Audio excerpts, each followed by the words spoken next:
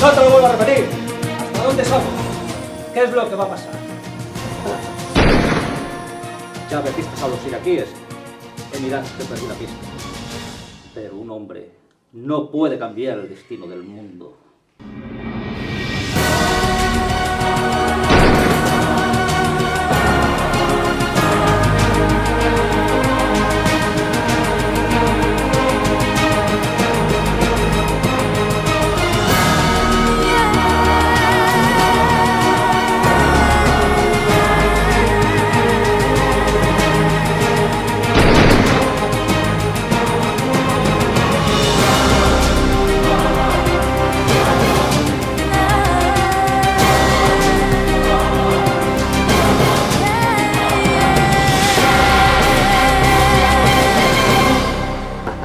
Esta vez non estou só.